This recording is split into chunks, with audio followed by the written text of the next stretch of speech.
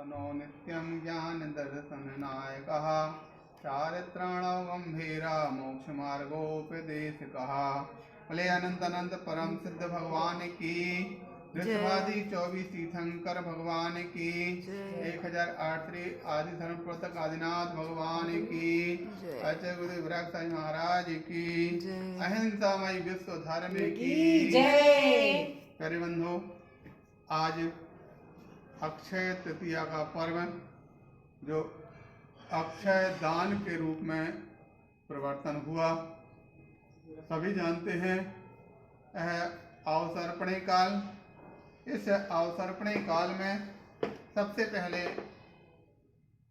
3 भोगभूमियाँ, उत्तम भोगभूमि, मध्यम भोगभूमि, जघन्य भोगभूमि, और जैसे भोगभूमि का जघन्य भूमि का अंतिम समय होता है तो 14 कुलकर होते हैं, जिनको मनु भी कहा जाता। अंतिम कुलकर, अंतिम जो मनु होते हैं, उनके द्वारा उनके गृह में तीर्थंकर बालक की उत्पत्ति, तीर्थंकर बालक का जन्म होता, जो आप सभी जानते हैं। अंतिम मनु, अंतिम कुलकर नाभिराय हुए। नाभिराय की जो रानी मरुदेवी के गर्भ से तीर्थंकर जो पुत्र आदिनाथ का जन्म हुआ, जो जिनकी उम्र 84 लाख पूर्व की थी। तृतीय काल का अंतिम समय 84 लाख पूर्व 3 वर्ष 8 माह 15 दिन शेष रहने पर उनका जन्म हुआ था। तृतीय काल में ही जन्म हुआ और तृतीय काल में ही मोक्ष ले गए थे। आप सभी जानते हैं, जब आदिनाथ भगवान का जन्म हुआ, जन्म होते समय अनेक प्रकार से देवों के स्थानों पर कहीं नगाड़े बजते हैं, कहीं घंटा नाद होता है, कहीं किसी प्रकार से और अनेक प्रकार से वहाँ पर नाद होते ही देवों को यह ज्ञात हो जाता है कि यह तीर्थंकर बालक का जन्म हुआ, और वह अपने अपने वाहन, अपने अपने सवारियों के साथ तीर्थंकर जो जन्म के समय पर जन्म नगरी की ओर चल जाते हैं। आदिनाथ का जब जन्म हुआ और पहले तो उन्होंने युवराज पद को प्राप्त हुआ। युवराज पद प्राप्त करने के पश्चात जब नाभिराय को वैराग उत्पन्न हो जाता है तो यह राज्य पद को संभालते हैं। राज्य पद को संभालने के पश्चात उस समय पर देखा, जब षटकाल का षटकर्मों भोगभूमि का काल समाप्त होता है, लोग भूख प्यास से व्याकुल होने लगते हैं। उस समय पर जाकर के आदिनाथ के पास आते हैं तो उन्होंने षटकर्मों का उपदेश दिया था। षटकर्मों के उपदेश के बारे में कई बार लोग सुनते तो हैं, लेकिन उसका सही अर्थ नहीं समझ पाते हैं। सबसे पहले उन्होंने 80 कर्म का उपदेश दिया था। 80 का तात्पर्य होता है जो तलवार। तलवार तो 2 प्रकार की स्थिति में होती है। जब हिंसक जानवर लोगों को परेशान करने लगे तो समय पर उसके माध्यम से जो अच्छे बलशाली वीर पुरुष थे, उन्होंने कमजोर लोगों की रक्षा उससे की थी। और दूसरी ओर तलवार अर्थात जो नुकीला धारदार जो औजार था, उससे फसल को काट करके उससे उनकी आजीविका चली हुई थी। इसलिए सर्वप्रथम जो उपदेश था भगवान आदिनाथ का 80 कर्म था। दूसरे नंबर पर जब कुछ समय बाद सभी स्थान की जब खेती अथवा फसल नष्ट होने लगी या समाप्त होने लगी तो आपस में लोग विवाद करने लगे।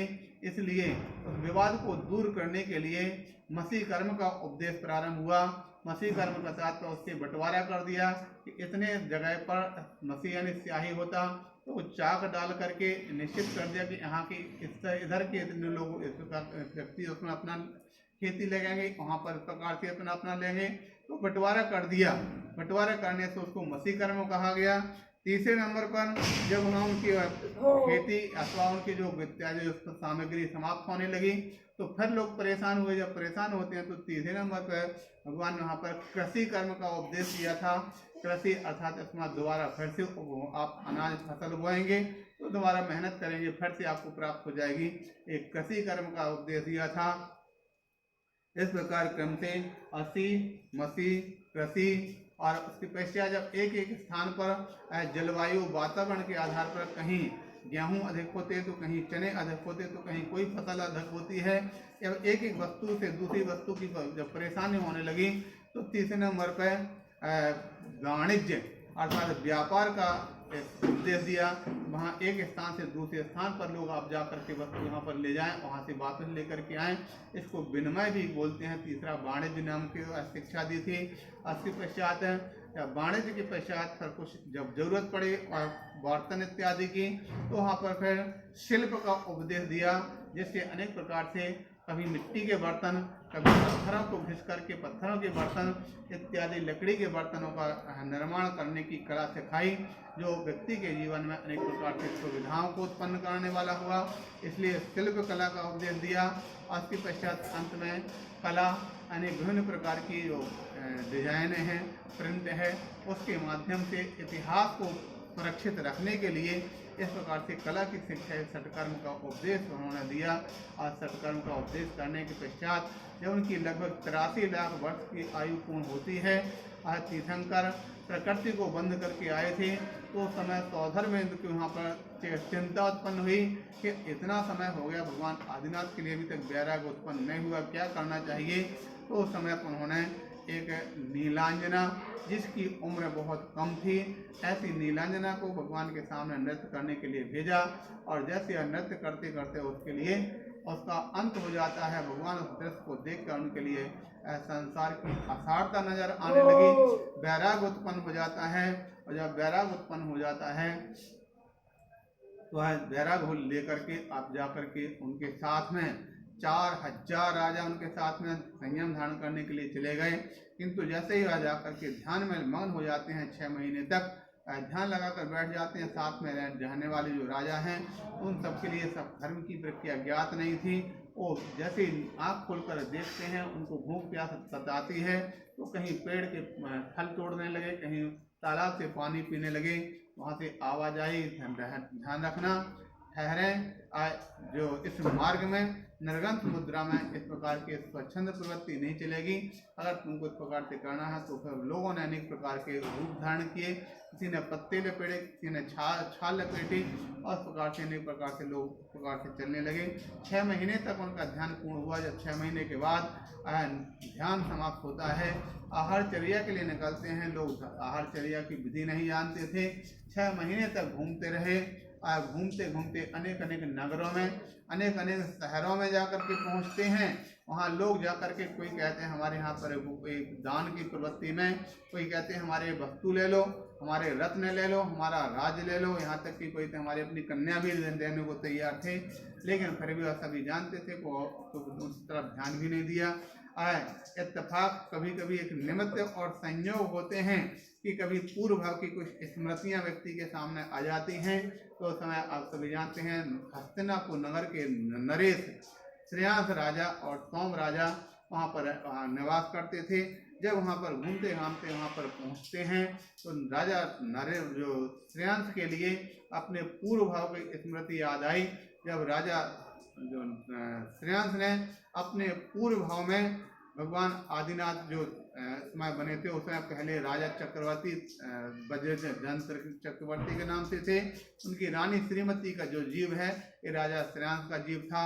तो उस समय उनको उस समय उन्होंने एक बार कभी जंगल में किसी मुनि महाराज को आहार दान दिया था।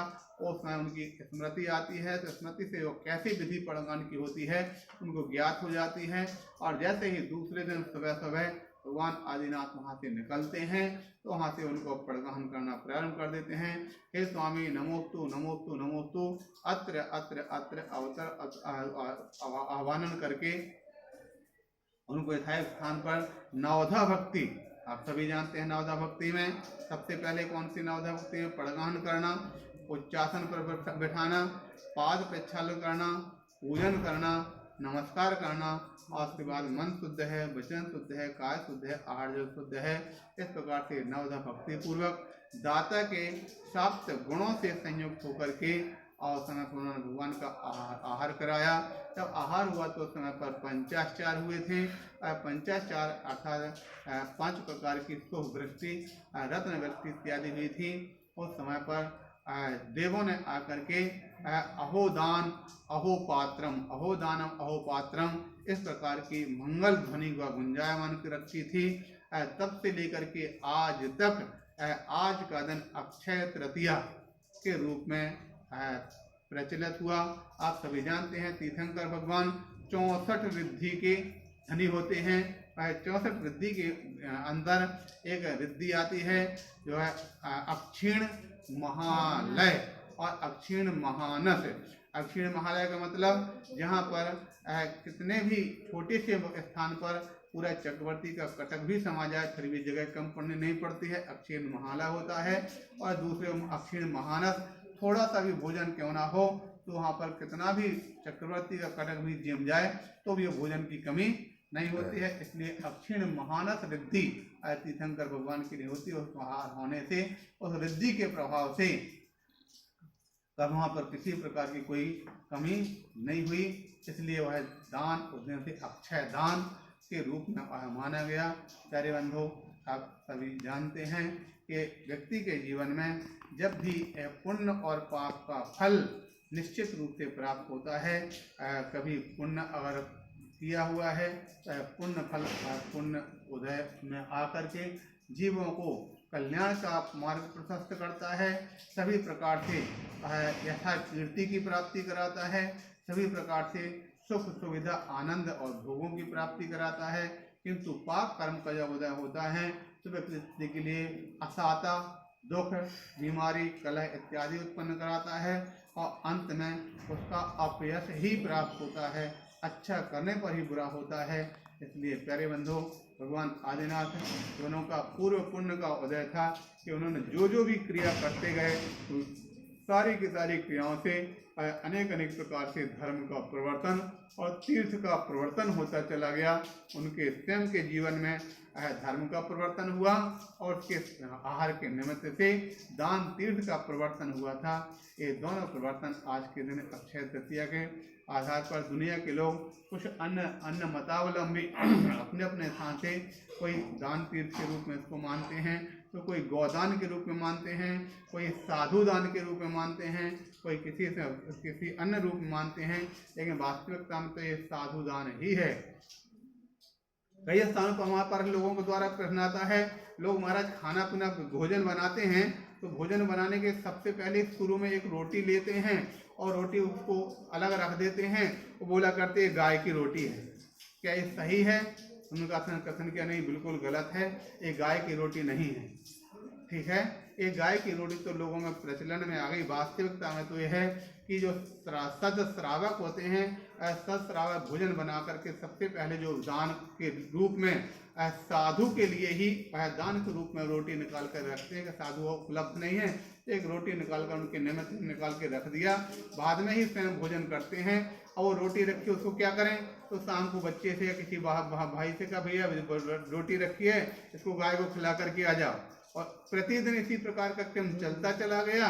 बच्चे को गाय को खिलाने के लिए गया तो आगे चल करके बच्चे ने ईमान प्रारंभ कर दिया कि गाय की रोटी है, और लोगों में प्रचलन हो गया कि गाय की रोटी। लेकिन हकीकत तो यह है कि ये गाय की रोटी नहीं, ये संत की रोटी है, साधु जो, क्योंकि जो सदश्रावक है वो सदपात्र को ही दान देते हैं। और सदपात्र में उत्तम पात्र में मुनि महाराज, मध्यम पात्र में देशव्रती और जघन्य पात्र में जो साधर्मी श्रावक हैं। इसलिए जो साधारण श्रावक किसी प्रकार से सत्पात्र उपलब्ध ना होने से उनके निमित्त रोटी निकाल करके अलग रखते हैं। ठीक उसी प्रकार से जैसे कि आपने देखा होगा आज भी जब किसी के यहाँ पर घर पे कोई अच्छा कार्य होता है, फंक्शन होता है, तो उस समय सबसे पहले थाली निकाल करके और मंदिर में भगवान के सामने वेदी पर ले जा करके रखी जाती है। तो उसको किसकी थाली है, तो लोग बोलने लगे वो माली की थाली है। तो सबसे पहले क्या कोई सिद्धांत बनता है सबसे पहले माली को खिलाया जाएगा कि रिश्तेदारों को बाद में? ये क्या उचित है? ध्यान रखना, ये माली की थाली नहीं, सबसे पहले वो भी हमारे संतों और गुरुओं के लिए थाली है कि संत अगर पहले नगर में घर हैं तो सबसे पहले उनको आहार दान कराएंगे, बाद में अपने परिवार के लिए भोजन कराएंगे। लेकिन तो जब संत नहीं होते हैं तो थाली को निकाल करके उनके निमित्त से मंदिर में रखवा देते हैं, वेदी के सामने रख देते हैं। उसको फिर माली उठा करके ले जाता तो लोग बोलने लगे माली की थाली है। शायद इस प्रकार की अज्ञानता भरी मिथ्या बातों को जो लोग धारण करते हैं उनसे बचें। और आज के इस पर्व पर अक्षय दान, अक्षय तीर्थ के रूप में भगवान आदिनाथ के द्वारा ये चला है। ऐसे दान तीर्थ के अवसर पर भगवान आदिनाथ के चरणों हम त्रिभक्ति पूर्वक नमस्कार करते हैं। आज के संबंध में हमने कुछ समय पहले 4 लाइनें लिखी थी, उसके यहाँ पर बोलते हैं कि भगवान आदिनाथ का यह जन्म जो अवतार बन गया, जीवन को ऐसे जिया कि दुनिया में उपहार बन गया।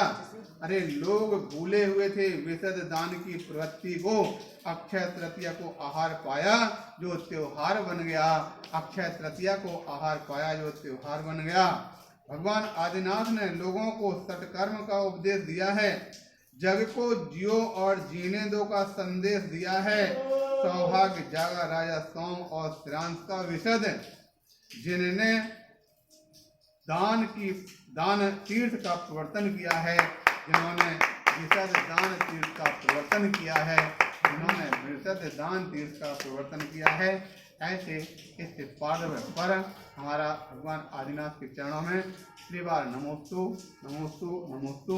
और सभी लोगों के लिए संदेश ये भगवान आदिनाथ के इस अक्षय तृतीया के दान तीर्थ के प्रवर्तन में अपने जीवन में कुछ न कुछ सत पात्रों के लिए दान की प्रवृत्ति बना करके बराबर चलें और हमेशा ये भावना भाएं कि हमारे घर पर सत्पात्रों का आगमन हो और अपने हाथ से उनके घर लिए आहार दान दें, जिससे कि दान की प्रवृत्ति चिरकाल तक चलती रहे। इसी भावना के साथ बोले 1008 आदिनाथ।